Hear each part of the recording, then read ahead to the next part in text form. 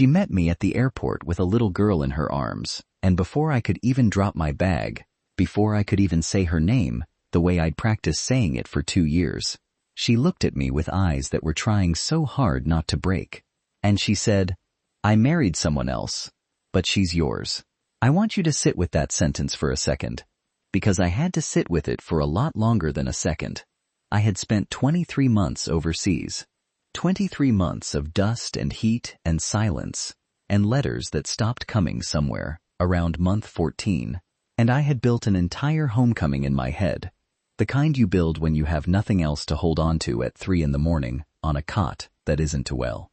To yours, in a country that isn't yours, doing a job that asks everything of you and gives back almost nothing except the hope that someone is waiting.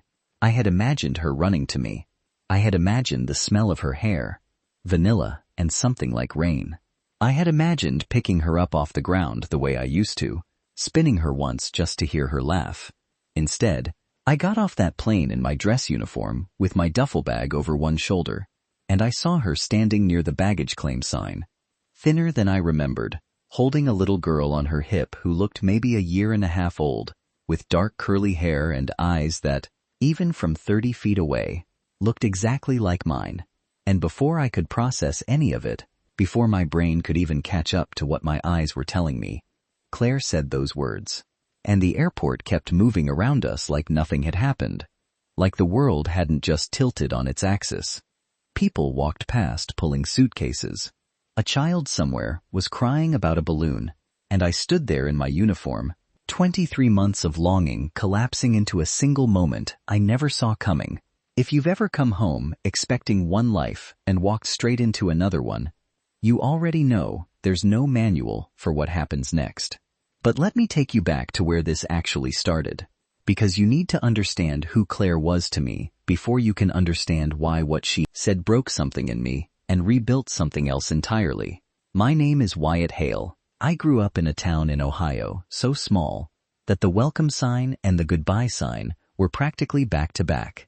I joined the Army at 19 because I didn't know what else to do with the kind of restlessness that lives in boys who grow up watching their fathers work the same job for 30 years and call it a life.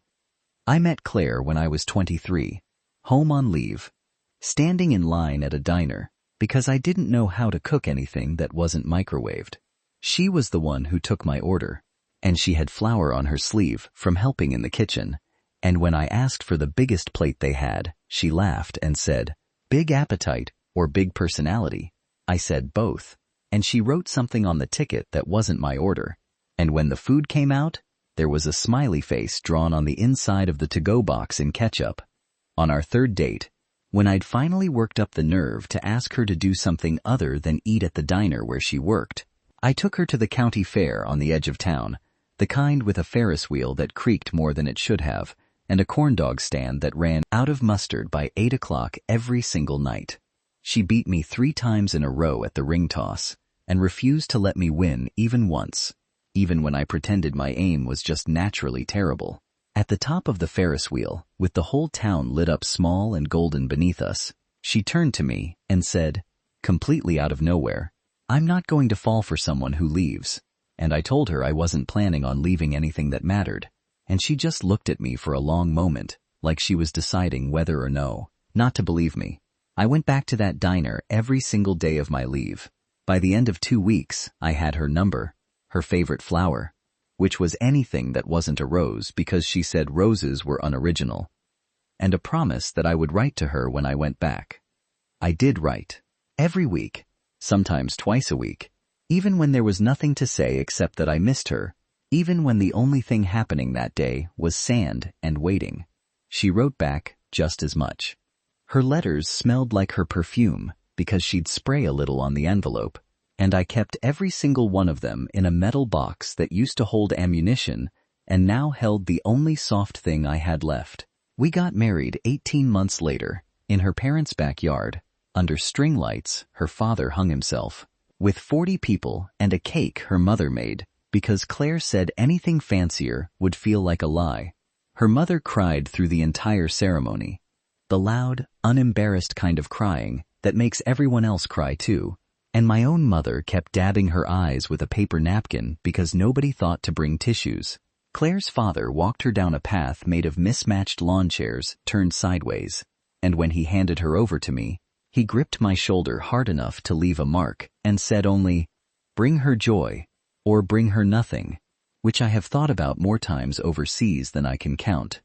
I remember standing at that makeshift altar, hands shaking, watching her walk toward me, in a dress that wasn't expensive, but looked like it was made just for her. And I remember thinking that no training, no mission, nothing the army had ever asked of me, had prepared me for how much it would scare me to love someone this much. We had 4 months together as a married couple before my next deployment came through. 4 months of learning how she liked her coffee, which was somehow both too sweet and too bitter depending on the day. 4 months of falling asleep with her feet tucked under my legs because she said my body ran warm like a furnace. 4 months that felt like they were over before they even started. The night before I left, we didn't sleep.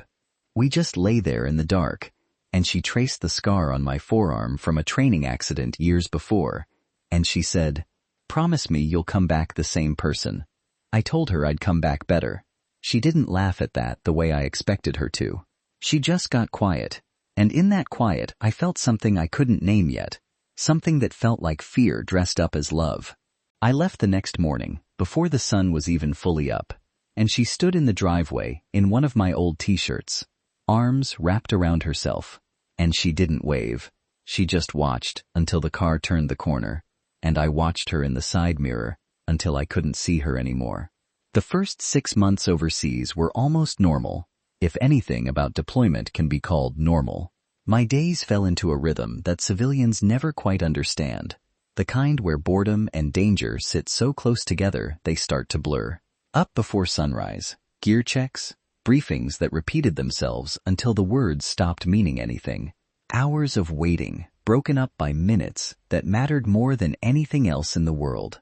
I bunked across from a guy named Reyes, a quiet kid from Arizona who kept a photo of his motorcycle taped inside his locker because he said, looking at it, reminded him there was a life waiting for him that didn't involve any of this. At night, when the generators hummed loud enough to drown out conversation, I would lie on my cot and read Claire's letters by flashlight until I knew the curve of her handwriting better than I knew my own. The heat during the day was the kind that made the air feel solid, and the dust got into everything. Your boots, your food, the seams of your uniform, until you stopped noticing it, the way you stopped noticing your own heartbeat. We emailed when we could. We video called twice, both times with terrible connection that made her look like she was underwater. But I didn't care, because hearing her voice say my name out loud, instead of just reading it on a page, did something to my chest that I still don't have words for. Then communication got harder. We moved to a more remote post, the kind where signal comes and goes like a rumor, and I started writing letters again, because at least letters eventually arrive, even if they take 3 weeks. And then she told me something in one of those letters that changed the shape of everything, even though I didn't fully understand it at the time.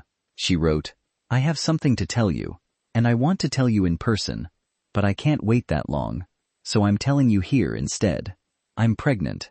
I read that line standing outside our barracks at 2 in the afternoon, with sand in my boots and sweat soaking through my uniform, and I laughed out loud, alone, like a crazy person, because there was nobody there to share it with except the wind. When Reyes found me still standing there, grinning like an idiot, I showed him the letter, and he read it twice before slapping me on the back hard enough to nearly knock the wind out of me. "Hale's gonna be a dad," he announced to half the barracks. And for the rest of that night, guys I barely talked to were coming up to shake my hand like I'd done something heroic just by getting a letter in the mail. It was the first time in months the whole unit felt less like soldiers and more like a bunch of guys who still remembered what it felt like to hope for something good. I wrote back the longest letter I had ever written in my life. I told her every name I could think of.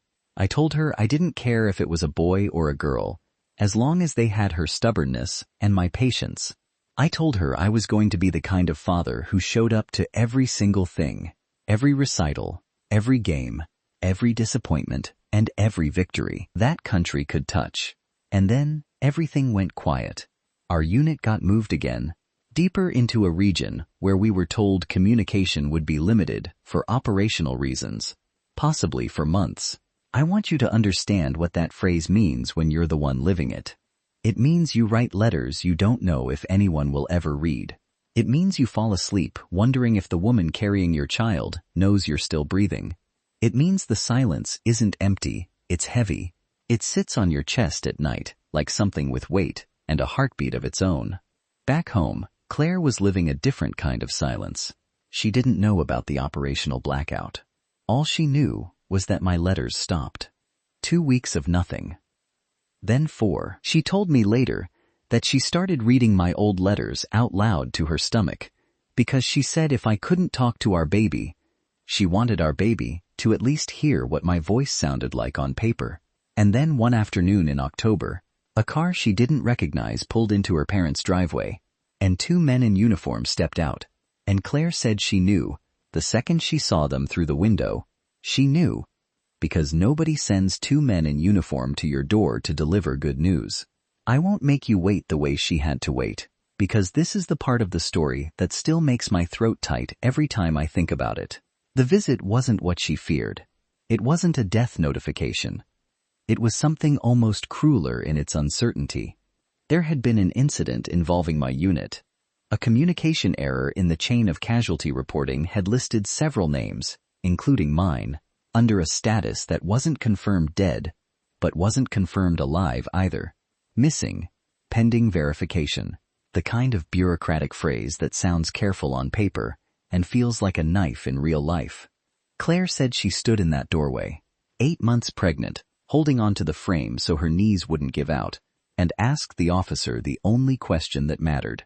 The officer's name tag said Castillo, and Claire told me years later that she remembers it specifically because she kept staring at it instead of his face, like focusing on 5 letters could somehow keep her standing upright. Behind her, through the screen door, the kitchen radio was still playing some afternoon talk show. Words about traffic and weather drifting out into a moment that had nothing ordinary left in it at all. Is he alive? And the officer, to his credit, didn't lie to her. He said, "Ma'am, I don't know. I wish I could tell you something different." If you've ever loved someone and lived inside a sentence like, "I don't know," you understand that it is somehow worse than any answer, because it gives you nothing to grieve and nothing to hope for, just an open door that never closes. For 6 weeks, Claire lived inside that open door. She called the base. She called anyone who would answer a phone. She wrote letters that she had no idea where to send, because nobody could confirm where my unit even was. She told me later that during those 6 weeks, she stopped sleeping in our bed because it felt too big, and started sleeping on the couch with the television on low, just so the silence wouldn't swallow her whole. 3 weeks before her due date, with no word from the army, no letter from me, nothing but that unbearable open door, Lily was born. Claire named her after my grandmother, a woman she'd only met twice before she passed, because she said if there was a chance I wasn't coming back, she wanted our daughter to carry a piece of my family with her, something that would connect her to a father she might never get to hold. I need you to know what was actually happening to me during this time, because the not knowing on her end is only half of this story. There had been an ambush. I won't go into the details that don't belong in a story like this one, but I'll tell you that 2 men in my unit didn't come home, and I came very close to being a third. I was injured, not severely, but enough that I was pulled back to a secondary medical post for treatment and recovery, and that post had even less connectivity than the one before it. For almost 2 months, I existed in a kind of limbo myself, healing, debriefing, waiting for clearance to get word out, while back home the Army's own administrative error had already told my wife I might be dead. Nobody told me that mistake had been made. I had no idea Claire was sitting in our living room every night wondering if she was already a widow. The first time I was able to call home, the line connected for exactly 40 seconds before it dropped, and all I managed to say was, "Claire, I'm okay, I'm alive, I'll explain everything," before the call cut out completely. I didn't know if she heard any of it. I tried for 3 more days to get a connection, and failed every time. And then I got pulled into a different assignment for additional recovery time, at a base even further from any reliable signal, and another 6 weeks passed before I could try again. If you are keeping track of the timeline the way I eventually had to, piece by piece, after I came home, you will understand exactly why this story doesn't end the way either of us expected. Claire spent almost 4 months believing I might be dead, raising a newborn alone, sleeping on a couch with the television on, calling offices that gave her nothing but careful, hedging non-answers. And somewhere in that fog, a man named Daniel started showing up.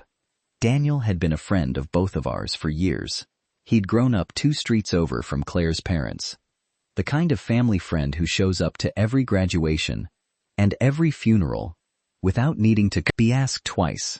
He worked construction, divorced young, with no kids of his own, and had always had a quiet, steady way about him that made him easy to forget was even in the room until you needed him. I used to tease him in high school for being too careful with everything, too slow to take a chance on anything. And it turns out that same careful, steady nature was exactly what carried Claire through the worst 4 months of her life. Someone who used to come to barbecues at her parents' house. Someone who, when he heard what was happening, started driving over twice a week to fix things around the house, mow the lawn, sit with her so she wasn't alone with a crying infant, and an unanswered question every single night. I want to be honest with you here, because this story doesn't work if I'm not honest. When I first found out about Daniel, every protective, jealous, wounded part of me wanted to hate him. But hate is easy when you don't know the whole truth, and the whole truth is much harder to carry than anger ever was. Daniel never tried to replace me. In the beginning, he was just a friend, showing up the way friends are supposed to show up when somebody is drowning. He held Lily so Claire could shower for the first time in days. He sat with her in the hospital when Lily had a fever spike at 3 months old, because Claire's parents were out of state and she had nobody else to call at 2 in the morning. Slowly, without either of them naming it, something shifted. Not love, not at first, but dependency. The kind that can quietly disguise itself as something else if it goes on long enough. Claire told me later that the lowest point came on a night in February, almost 5 months after the visit from those 2 officers, when she still had received no official confirmation either way, when the Army's own paperwork was still tangled in red tape and conflicting reports, when she sat on the bathroom floor at 2 in the morning, with Lily finally asleep in the next room, and she said out loud to an empty house, "I don't know how to keep doing this alone." Daniel was the one who answered his phone at 2 in the morning. Daniel was the one who drove over and sat outside her bathroom door, not even coming in, just talking to her through the wood until the sun came up. A few weeks later, with still no confirmation from the Army about my status, with grief and exhaustion and the unbearable weight of raising a child inside a question mark that never resolved, Daniel told her that he loved her, that he had loved her for longer than either of them had probably admitted to themselves, and that he wanted to take care of her and Lily, no matter what happened with me, no matter if I came home or didn't. He told her he didn't need her to love him the way she loved me. Not yet. Maybe not ever. He just couldn't watch her drown alone for one more single night. Claire said yes to him in April, almost 6 months after that first knock on the door, in a small courthouse ceremony with nobody but her parents present, because by then, every official channel she'd contacted had either gone silent or told her there was simply no confirmed information available. She believed, with the kind of belief that comes only from total exhaustion, that she had genuinely lost me, and that the kindest thing she could do for our daughter was to give her a stable home with someone who showed up every single day instead of clinging to a silence that might never end. I finally regained full communication 3 weeks after that courthouse wedding. 3 weeks. If you want to know what kind of cruelty timing can have, sit with that number for a second the way I had to. My first clear call home went to her parents' house, because I didn't have a current number for wherever Claire was living. Her mother answered, and there was a long pause on the line. The kind of pause that tells you something before any words do, And then she said, very quietly, "Wyatt, you need to come home. There's a lot we have to tell you." Nobody told me everything over the phone. I think Claire's mother understood that some truths are too big to deliver across thousands of miles of static. So I came home not knowing the full shape of what I was walking into, only knowing that something had happened, something involving Claire, something involving the word married, which her mother had let slip before catching herself. I spent the entire flight home rehearsing different versions of a conversation I didn't have enough information to actually prepare for. I imagined arguments. I imagined her crying and explaining. I imagined 100 different doors, and not one of them was the door that actually opened. The one where I stepped off a plane in my dress uniform and saw my wife standing there with another man's last name and my daughter on her hip. A daughter I had never seen, never held, never even known clearly existed until that letter 8 months earlier that I'd read alone in the sand. So now you understand the airport. Now you understand why those 4 words, "I married someone else," landed the way they did. And why the 5 words right after them, "but she's yours," somehow hurt and healed me in the same breath. I stood there with my duffel bag still on my shoulder, staring at the little girl in Claire's arms.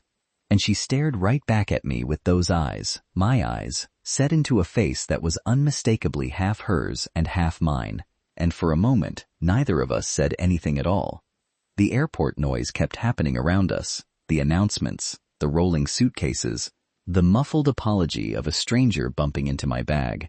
But inside the small space between Claire and me, everything had gone completely silent. She didn't say anything. Neither did I. We just stood there. Finally, Claire's voice came out barely above a whisper. "I thought you were dead, Wyatt.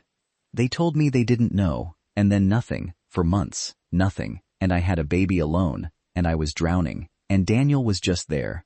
He was just there every single day when nobody else was. And I am not going to apologize for surviving the only way I knew how." I wanted to be angry. God, some part of me wanted so badly to be angry. Because anger felt easier to hold than the grief sitting underneath it. Thinner, older around the eyes in a way 2 years should not have been able to do to a 26-year-old woman. I understood that I wasn't the only one who had been fighting a war. Hers had just been invisible, fought in a living room with a phone that never rang with the right answer. I asked her the only question that mattered in that moment, the one I'd been afraid to ask since the word daughter first left her mouth. "Can I hold her?" Claire's eyes filled, and she nodded, and she stepped closer. And she placed Lily into my arms for the very first time in either of our lives. Unafraid expression, the way babies do when they haven't yet learned to be careful with strangers. And she reached up and grabbed a fistful of the fabric near my collar, the same way I remember my own father telling me I used to grab his collar when I was that age. Something broke open in my chest, right there in the middle of that airport. Something I hadn't let myself feel through 23 months of discipline and distance and dust. I held my daughter for the first time, and I cried. Openly, in my dress uniform, in front of strangers, in front of Claire, in front of a version of my life I never could have planned for. Lily smelled like baby powder, and something faintly like Claire's shampoo, and her tiny fingers were impossibly soft against the rough fabric of my uniform, and somewhere in the part of my brain that was still a soldier, I noted that my hands that had carried weapons and pulled wounded men to safety, had never once shaken until that exact moment. An older woman walking past paused just long enough to whisper, like she somehow understood everything that was happening, without needing a single word of explanation. If you've ever held something you almost lost before you even knew you had it, you understand exactly what that moment felt like. We didn't resolve anything that day. Grief and joy were too tangled together for either of us to make sense of it in an airport parking lot. Claire drove me to her parents' house because, as she put it quietly in the car, "I don't know where home is for you right now, and I didn't want to make that decision for you." And I learned later that he had quietly taken himself out of the house the moment Claire told him I was confirmed alive and coming home, not out of cowardice, but out of a strange, painful decency that I didn't expect and didn't know how to feel about. Over the following weeks, the four of us, Claire, Daniel, Lily, and me, existed inside a situation none of us had a name for. My own parents drove up from Ohio the second weekend I was back, and my mother held Lily for almost an hour without saying a single word, just rocking her slowly on the porch swing, with tears running steadily down her face. My father, a man who has hugged me maybe 4 times in my entire life, pulled me aside afterward and said, "I don't know how you're going to figure this out, son, but you will," which from him counted as a speech. One night, Claire invited me to stay for dinner at the house she still shared with Daniel, and the 3 of us sat around a table, passing dishes, in a silence that wasn't angry, just unfamiliar, all of us learning the shape of a situation none of us had asked for. I stayed at her parents' house. Claire stayed at the house she shared with Daniel, the one I'd never seen, with a crib in the corner that I had no part in choosing. Every few days I would visit, and I would hold Lily, and Daniel would quietly leave the room to give us privacy, never once raising his voice, never once making me feel like an intruder in the life he had built to fill the space everyone believed I'd left empty. One evening, almost a month after I came home, Daniel asked if we could talk, just the 2 of us, on the back porch, while Claire put Lily down for the night. I expected tension. I expected defensiveness. Instead, Daniel handed me a beer, sat down across from me, and said, "I'm not going to pretend I don't love them both, because I do. But I never stopped knowing whose family this really was. I stepped in because somebody had to, and nobody else was standing there. But I'm not going to stand in your way now that you're home, Wyatt. That's not the kind of man I want to be." I didn't know what to say to that. Some part of me wanted to hate him still, just to make things simpler, but simple wasn't available to me anymore. Not after everything I'd learned about the 4 months he'd spent showing up when I physically couldn't. The annulment process took longer than any of us expected, tangled in its own kind of military and legal red tape, made messier by the fact that Claire had genuinely believed, with documentation from the Army's own confused reporting, that I was likely dead at the time she remarried. There were caseworkers, there were lawyers. There were nights Claire and I sat across from each other at her parents' kitchen table, going through paperwork, instead of falling asleep, tangled together the way we used to. But somewhere in all that paperwork, we found our way back to talking, really talking, not about blame, but about the 4 months that had nearly destroyed us both in completely different ways. She told me about the bathroom floor. I told her about the medical post with no signal, about writing letters in my head that I had no way to send. We grieved the time we'd lost together instead of grieving it apart, and slowly, carefully, something that had been broken into pieces began to fit back together, not the same shape as before, but maybe a stronger one, the kind that knows exactly how easily it can shatter and chooses to hold on anyway. Daniel moved out of state about 8 months later, to be near his sister, he said, though I think part of it was simply giving us the space to become a family without his presence as a daily reminder of everything that had happened. He still sends Lily a birthday card every year, and Claire makes sure she knows his name, knows what he did for her in the 4 months I couldn't be there. Because Claire said our daughter deserves to know that love showed up for her in more than one shape, even before she could understand any of it. Claire and I remarried last spring, quietly, in her parents' backyard again, under the same string lights her father had kept all this time in a box in the garage, just in case.